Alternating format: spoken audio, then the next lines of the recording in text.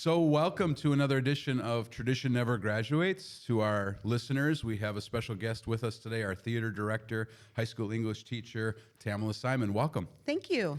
So recent podcasts, we have been highlighting segments of our district annual meeting, and that it's a time where we give, I guess I'd call it a state of the district update. We talk about everything from budget and finance to different co-curricular, extracurricular opportunities. And today we're excited to talk a little bit about one of my favorite places in our district, our theater, which I still think of it as new, although it's been here for since 4 years? 21? 21. Yeah. So it certainly has been a need for a long time with a community that I think has a lot of strengths in arts. So let's just kick it off. What has the space itself meant to some of the programmings and offerings that we've been able to provide to our students?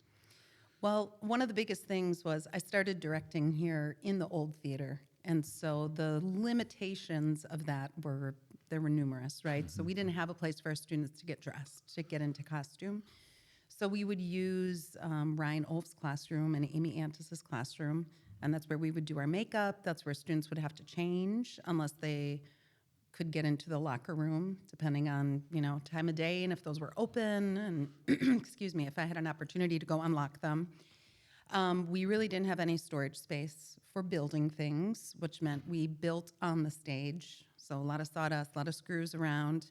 And then once a thing was built, it would be moved out into the hallway, and then we'd move it back in for the show. The space along our rear curtain of that stage space, there was maybe a foot.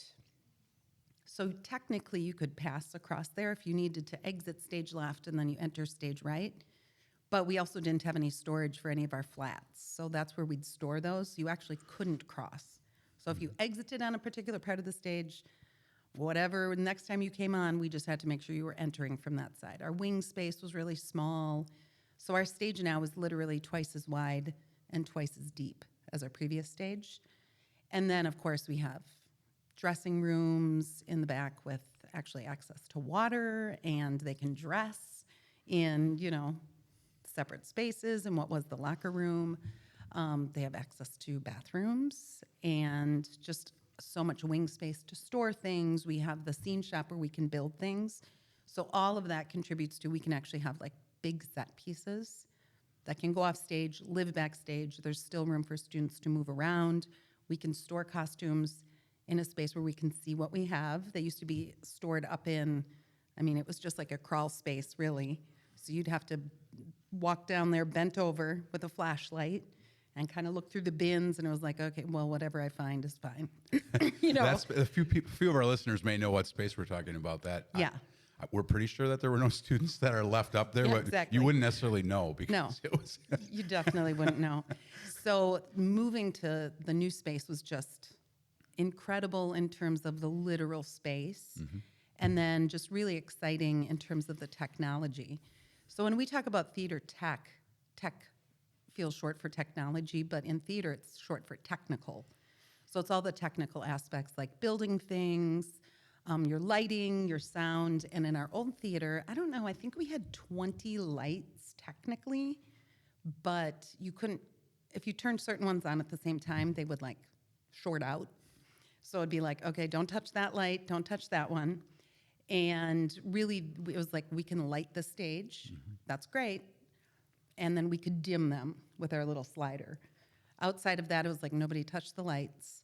If we wanted a light to be a certain color, you'd go up on the 16-foot ladder, and you'd put the gel, which is like a piece of cellophane, over the light to project the color you wanted. But then for that whole show, that light was always going to be green, for example. So moving to the new theater, it was overwhelming at first, but now, of course, it's wonderful because we can have green lights on the swamp and Shrek, and then it can be red for the dragon because it's all LED. So, just the opportunities of telling our story through more than just the movement on stage. We can incorporate the lights. We can incorporate sound effects. In the old theater, we had an aux cord, and someone would plug their phone in. And if there was any sound effect, it would just be like someone had to be there and just like, okay, hit play, now hit pause. Right. Yeah. Yeah. So, those are just just some of the things, you know. So I just, before we started recording this, I stopped in the theater because our high school and middle school band were rehearsing together for their upcoming concert. We're recording this before Christmas. And to have just the space, you talked about space, to have our entire middle school and high school band up there together. Maybe it was just 8th grade and high school band, something we wouldn't have been able to do before, certainly. And to see all those students up there together, to have the theater filled for concerts, has been pretty neat for sure. Yeah, So. and to just have that, it feels like a space that really respects what's happening in it. It's not like, oh, this is a space where that's going to happen.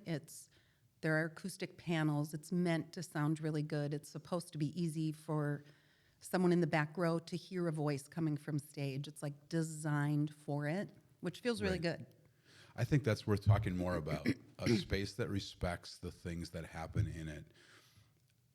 Particularly, although our former theater at least had minimal needs for the theater department, we couldn't have concerts and so on. Right. So our bands and our choirs, I mean, many of us can recall, probably a lot of our listeners too, they had maybe a half a day to practice because we had to set up steel folding chairs in the gymnasium. No acoustics for that. No ability to rehearse. The audience was sitting in bleachers. It really was such a need. And although I guess we knew that, we didn't realize, at least I didn't realize, how much difference a space that's designed by sound engineers and lighting engineers and so on can make to really highlight the talents that our students have. Yeah, and I think that really speaks to the people who have worked in those programs like theater and band and choir, because it was never a point of complaint. Right. Both when I was a student here, like that just wasn't a conversation. It was just, this is where we have our concerts. This is how we get ready for them. And yeah, of course, now that we have it, it's like we really appreciate it. Right. But I really respect that it wasn't ever an excuse or a reason to be like, well, we can only do so much. It was like, we're going to do everything we can with the space that we have. Sure. And now having this space, it just is nice because we can do so much more.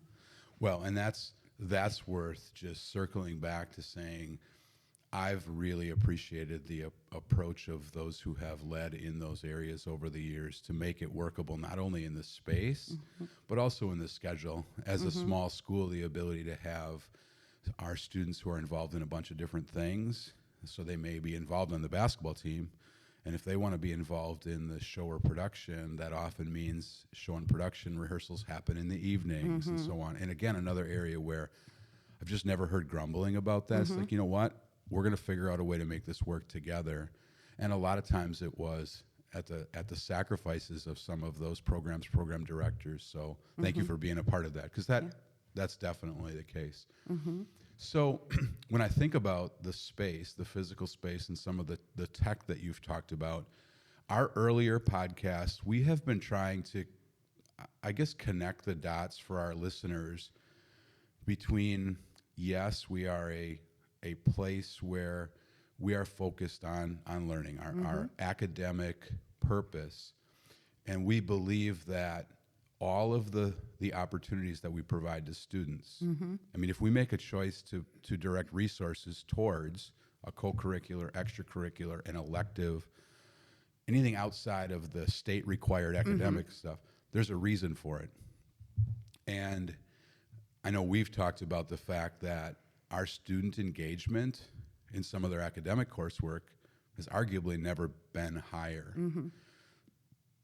I believe that the theater program, our music programs, have been a significant piece of students feeling like, you know what, this place, this school, they care about our interests, and we have some opportunities.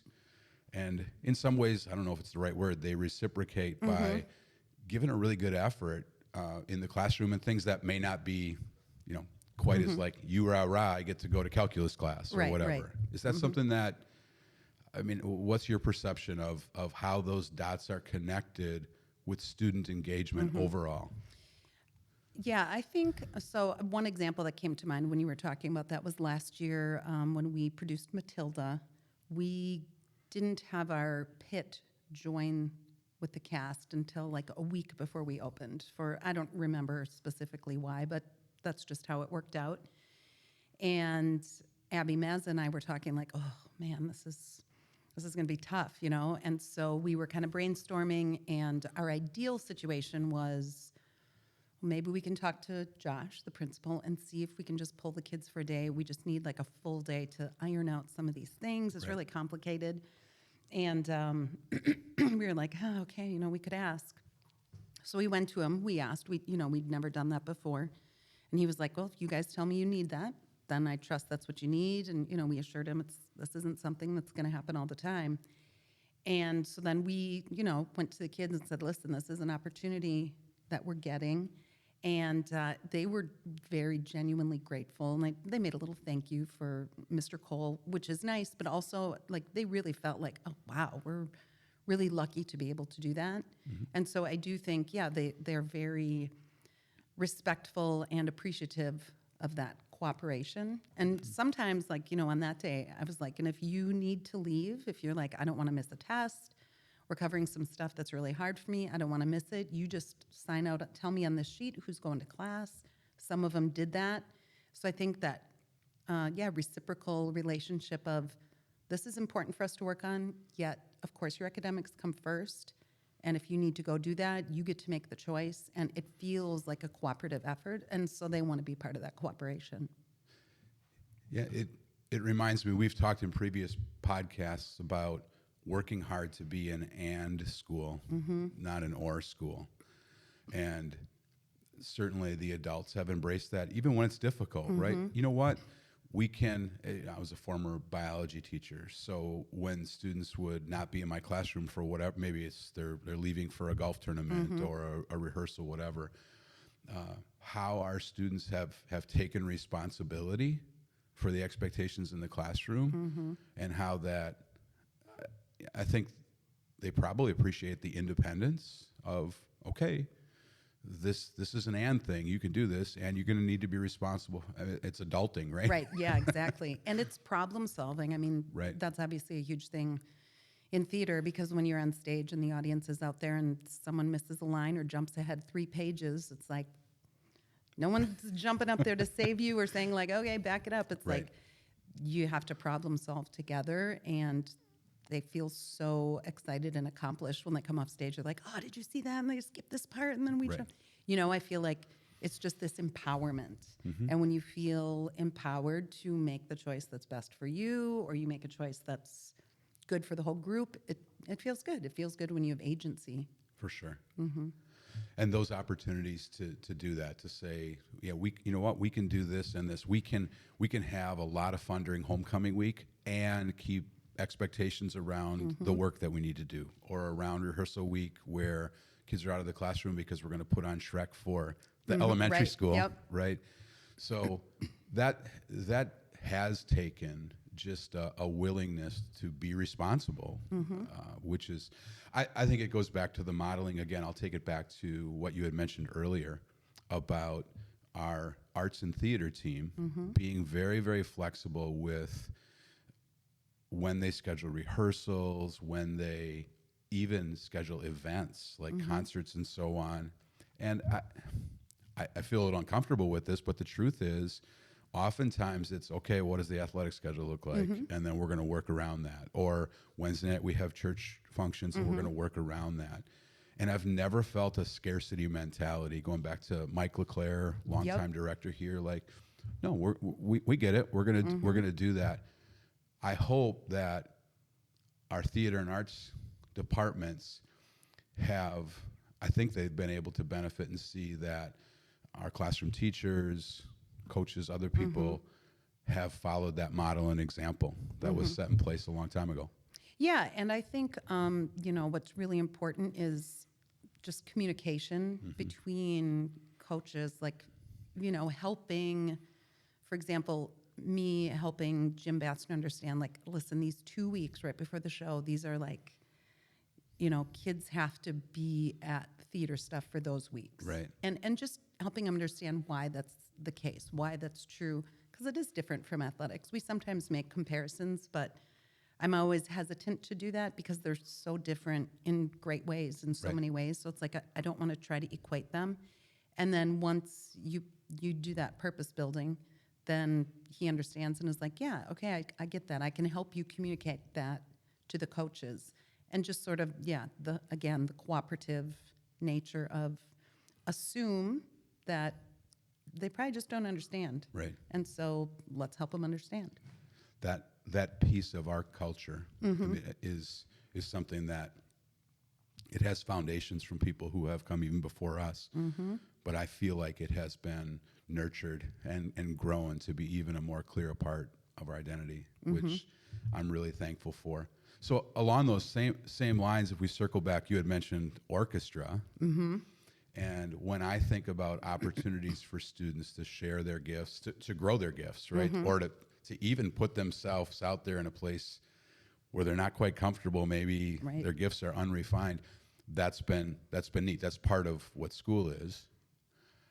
You mentioned tech, you mentioned orchestra. What are some of the opportunities, and even maybe specifics, if you know, with number of students involved, the variation in the opportunities that weren't available because of the space before?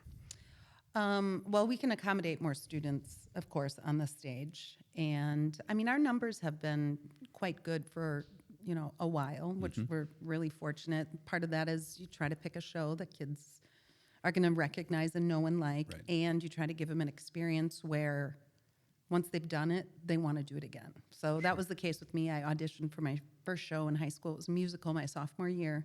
I have no idea why, what prompted me to do it. And my good friends didn't do it or anything.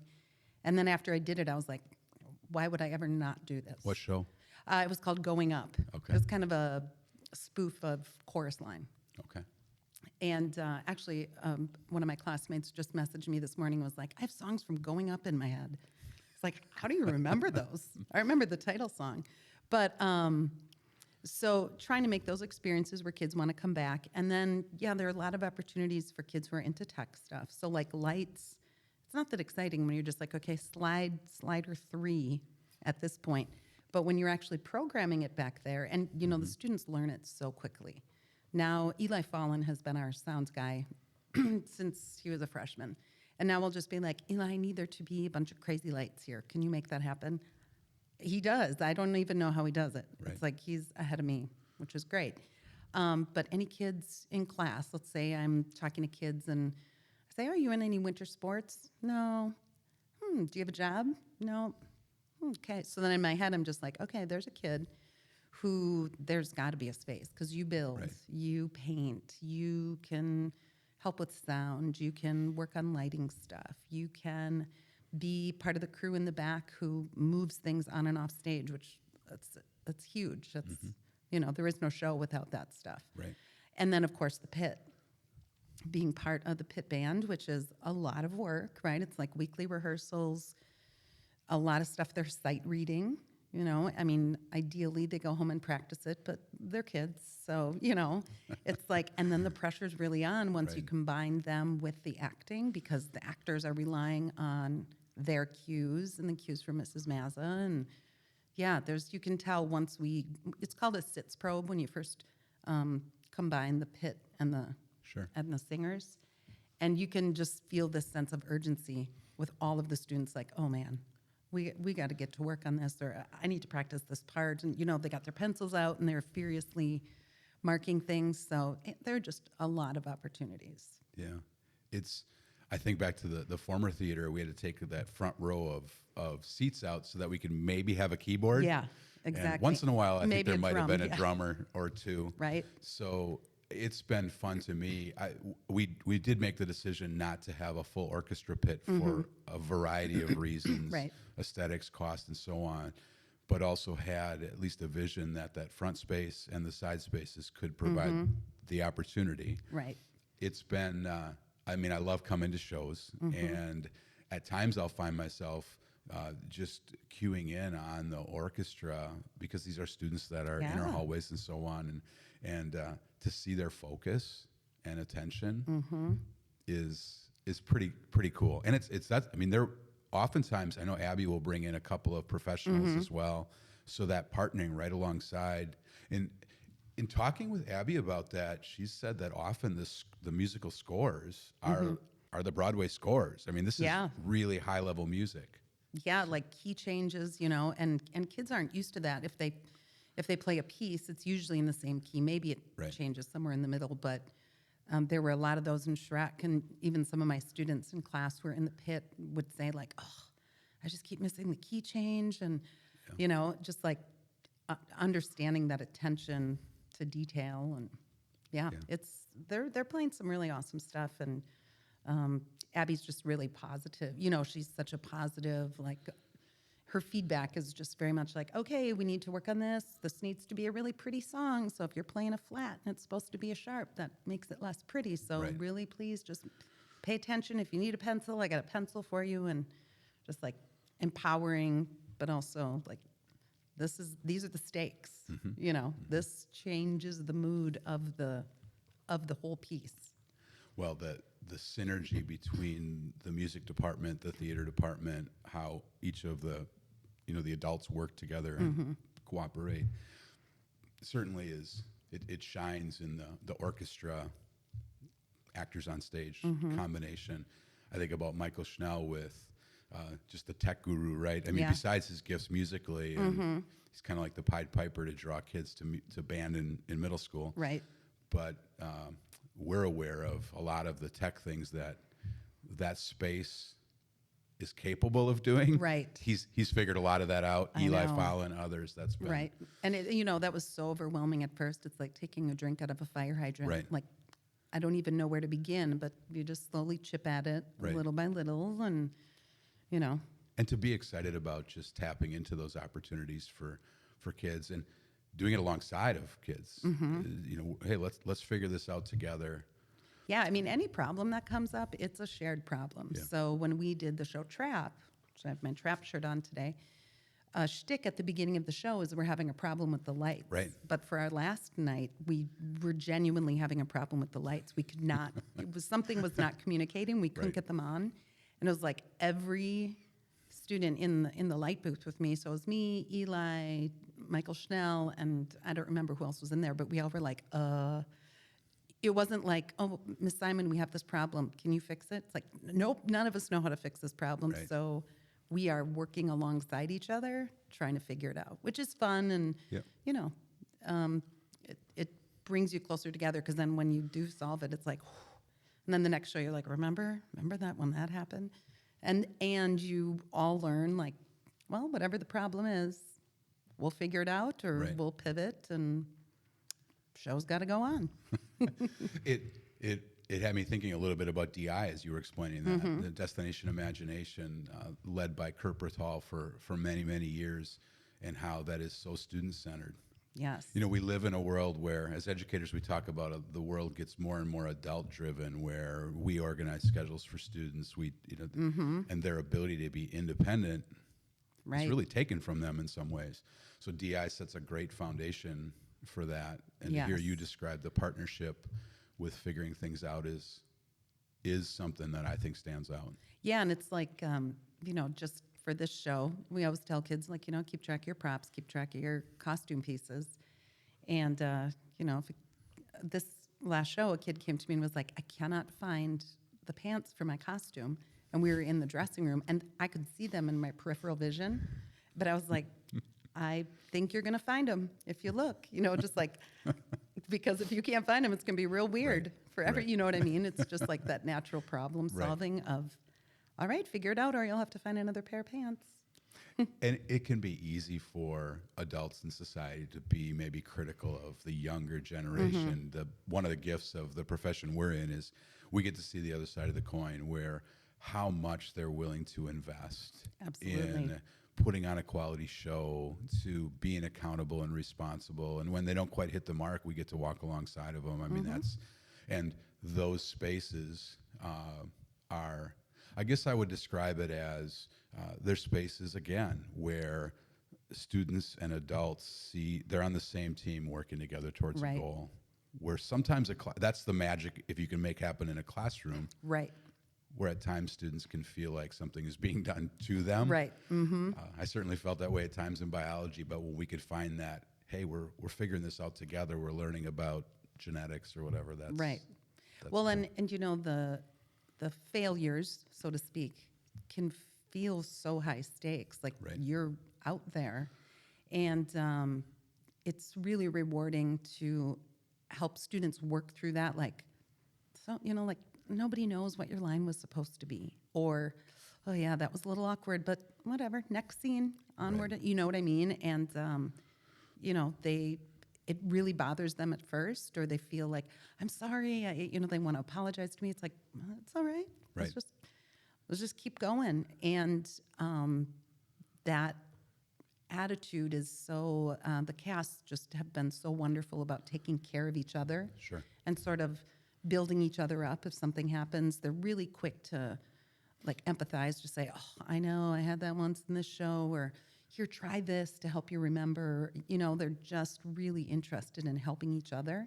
So there's this team aspect, and, you know, what's the worst thing that happens if you forget your line? Well, you know, it's not that bad. It's not, the Right. show will actually go on. There might be a little, you know, a little Right. glitch, but probably not as many people notice as you think, and it's okay. You know, because one big thing I notice is that fear of, just fear, fear of taking chances, fear of failing. So many more students now, like, avoiding getting their driver's license, for example. A lot of those things just feel really scary, which is an interesting phenomenon to watch. So it's really rewarding in the world of theater to, like, yeah, you're probably going to fail at something. Like, you're going Right. to go the wrong place, you're going to sing the wrong lyrics, you're going to skip your line or say it wrong, but it'll still be fun. We could spend probably a couple-hour podcast on talking. One of the people that I enjoy reading is Brene Brown's work. She's written a lot on vulnerability, done a lot of research on that, and that really hits at the heart of it. And I'm convinced that social media is the root of a lot of these issues. Where this, anyway, we get down a rabbit hole, but opportunities where kids with support can put themselves out there, literally, is so important to their development and their ability to, take those next steps. And to reflect, you know, I always ask, like, okay, what's something that went well for you, like after a dress rehearsal? What's something you want to do better? And almost without exception, like they're always reflecting just on themselves versus, you know, it's way easier to point out what someone else did, or like, oh, that should be different. And they're usually very vulnerable. Like, oh, I just, you know, I couldn't remember any of the lyrics. I just, you know, and then someone else will be like, yeah, but you have so many things to remember. It's okay. You know, just so Right. supportive of each other. And yeah, just being able to name it. And it's not like there's no gotcha moment. Right. Everyone's just Right. like, yeah, I bet that felt yucky. I think these things are so important to talk about. The deeper, I guess sometimes hidden benefits. Maybe that's not even a great description. I probably 5-10 years ago, I was becoming pretty disillusioned, even discouraged about particularly athletics, behavior of people, sometimes my ability to just keep my emotions in check, all those kinds of things. And I've come full circle because those spaces, athletics, you know, I coach basketball, you involved with theater, they inherently require people to be fully present. Right. Right. When Cale Brill is on stage with Christian in Shrek, in our orchestra, it's not just playing a piece of music, they're cued Right. into the director. Yeah.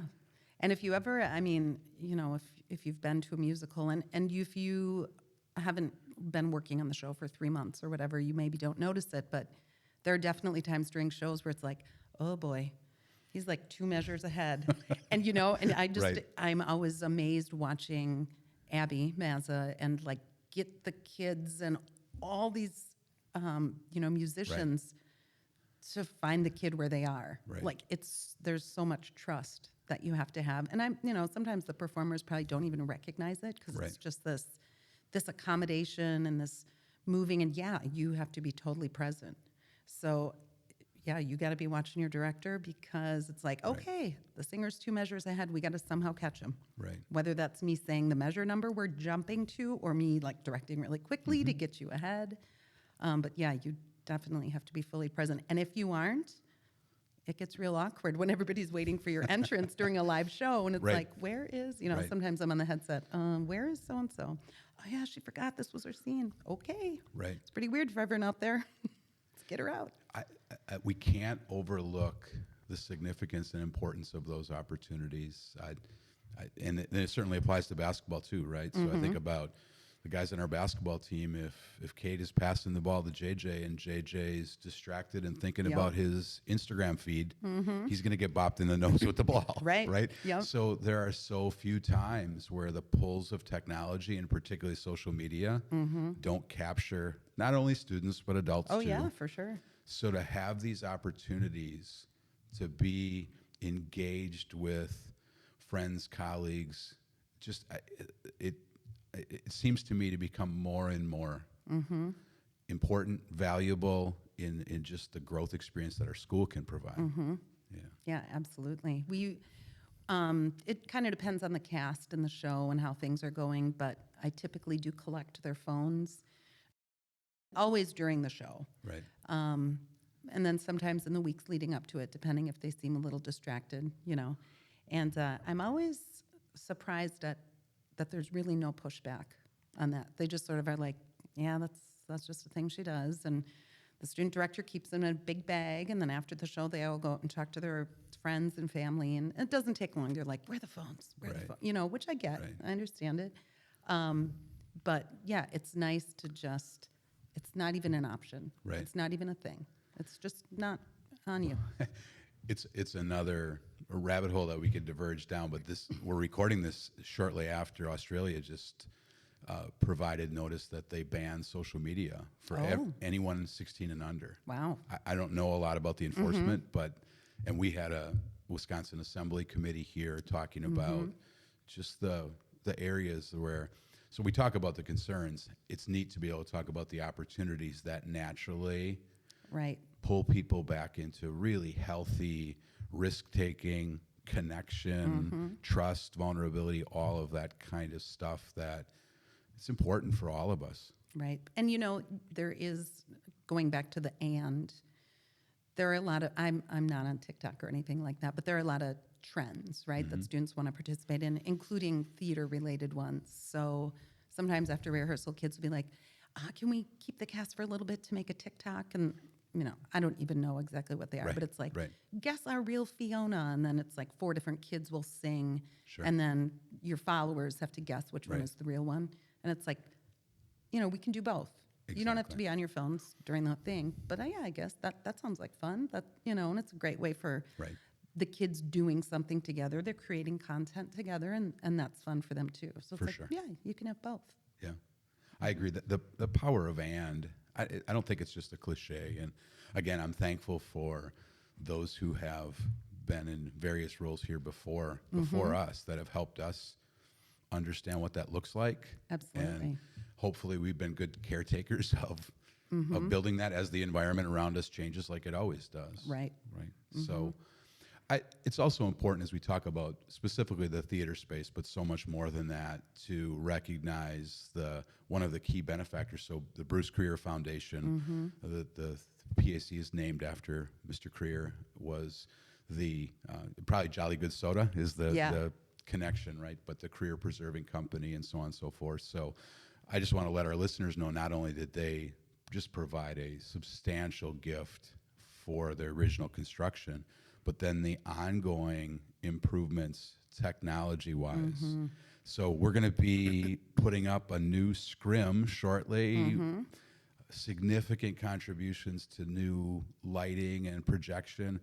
Talk a little bit about the scrim. I know we're getting into tech details here, but I'm that's kind of great. excited about this. So a lot of shows now use projections. So when we did Matilda, a lot of schools, when I talk to directors about like, how'd you do this? How'd you do that? In Matilda, they have the chalkboard that this Right. magically gets written on. And a lot of people do projections. So they have obviously a projector that projects onto some surface. In this case, it would be a board, a chalkboard. It looked like a chalkboard. But we have a fixed projector that can only go so far and it only has so much, light quality for different applications. So we couldn't use that. We had to make an old school theater stage magic, which is also It worked super out fun. great, by Yeah, the it worked way. out great. I really do like working on that kind of stuff.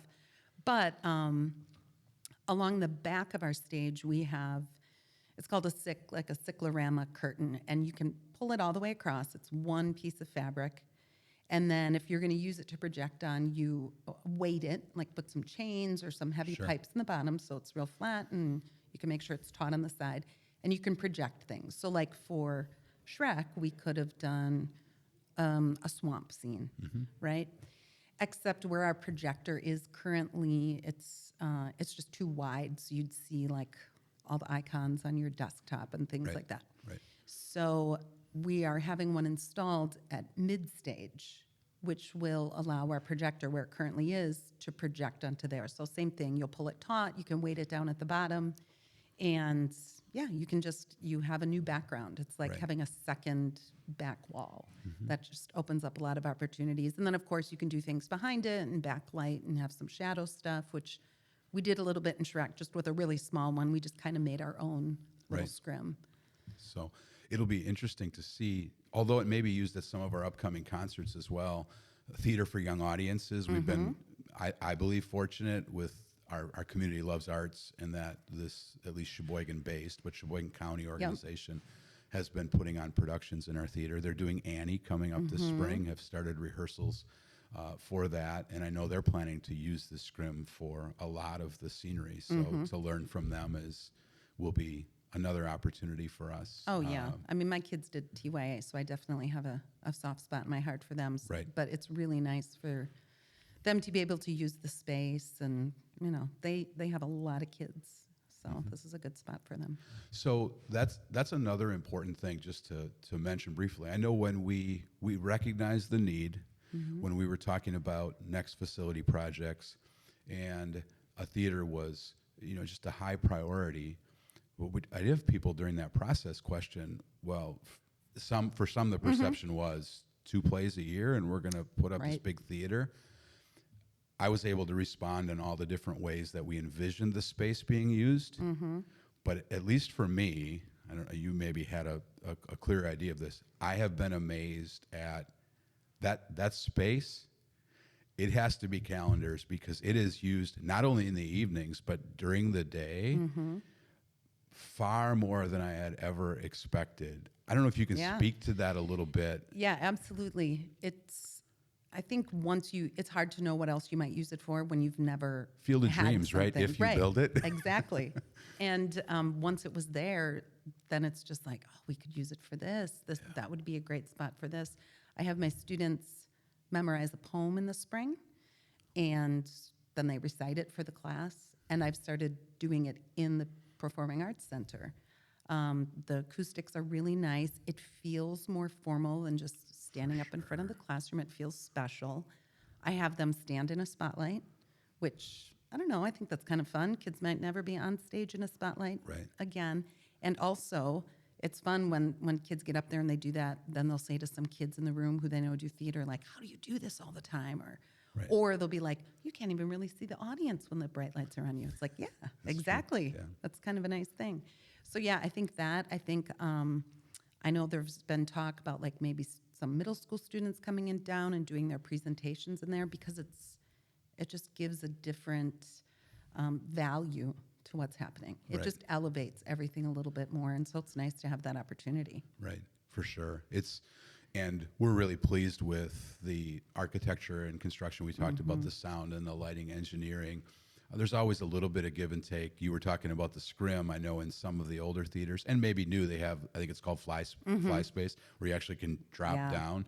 Are projection sometimes replacing some of that? Or is it a Yeah, I combination? mean, the real lucky places, they have it all. They have both, yeah, Right, they yeah. have both. But Yeah. it just does give a lot of opportunities because, with a show like Shrek, I was talking to Josh Cole about this. He coaches like a 4th grade basketball team. And he was saying at the beginning of the year, he has these like big ideas about like how the team is going to be, and then you have the first couple practices, and you're like, okay, I'm going to change my vision. And that's usually how I am. I pick out a Right. show, and I like have this idea. You just want the audience to be immersed in the show.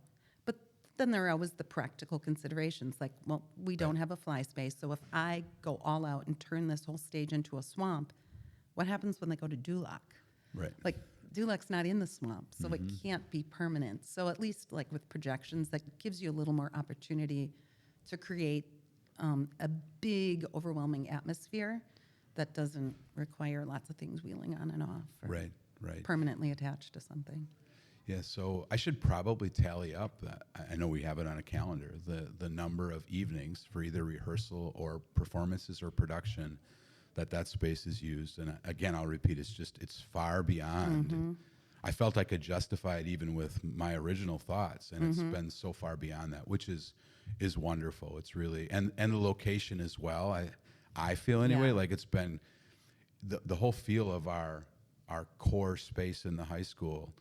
Some of the PE stuff and athletic events, they're more noisy. Having them Right? off to the north has, and having this intimate space, parking wise, all of those little things we're just thankful for how it's all Yeah, absolutely. come together. Yeah. That's So you were mentioning Shrek. Probably a good way to bring this to a close is whether you're willing to provide any little hints or anything. I know our students are always kind of Right. pushing for you. What's it going to be, Miss Szyman? Yeah, you know what? We haven't decided yet. Okay. Which sometimes we're a little insane and we start thinking about the next year during the current Right. musical, but we did not. We all kept our cool this year. We kept it buttoned up. So we haven't really talked about it I yet. just have to take your word for that. And Shrek's going to be a tough one to follow. I know. When you announce it usually in Yeah, at the spring? arts thing in Right. in like May, end of May. That was about the most loud Oh, yeah. student response I Yeah, have we heard. had so. to calm them down again.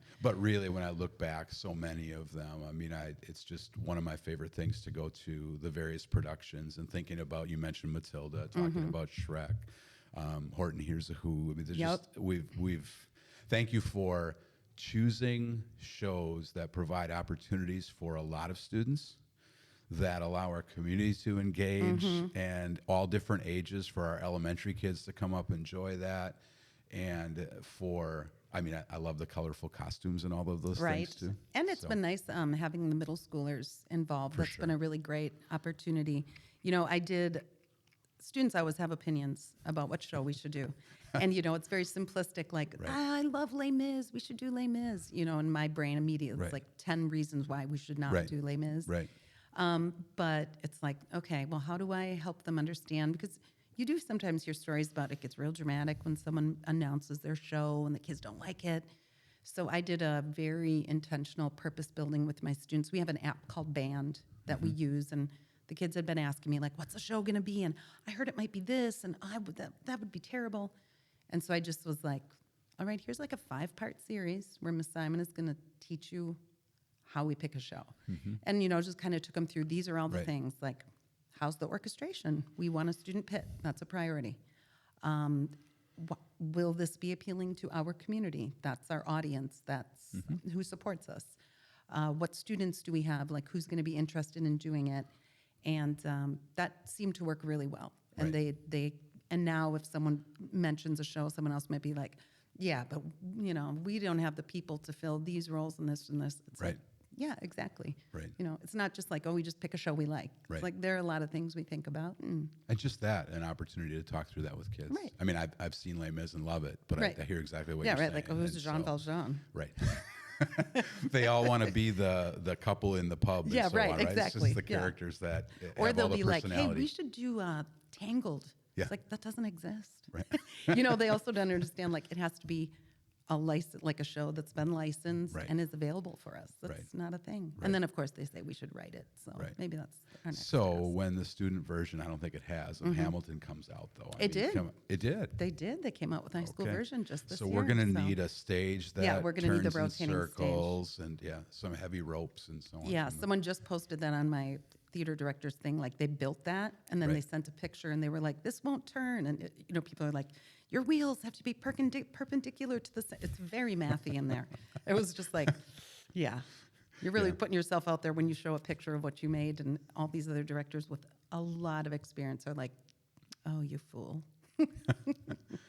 Well, it is always enjoyable to go to the productions and see the different students in different places. Sometimes like, wow, just Yeah. the surprises that come out of that. And really hope that we're able to continue just growing these programs that allow a connection between the community and the students and our mission work. How many years have you been This directing? is my 7th year. Okay. I've been directing it. Well, thank you So, for it. yeah. That time is, most people don't. I know when I come up here on the weekends, I can expect during show months that Right. I'm going to see you up here working on costumes or working on set or Yeah. working with kids. It's intense. My husband So- is like, "Oh, what are we, 3 weeks out? All right, I'll see you in about a month." Yeah, that's really But true. it's So, also rewarding. well, thank you so much for investing and leading just a wonderful program, for giving us a little insight to what this means to our school community as a whole. It's something that really is important to the work that we're doing here, and we look forward to hearing what that Yeah. show is when it comes out. All right, thank you. Yeah, go Dutchman.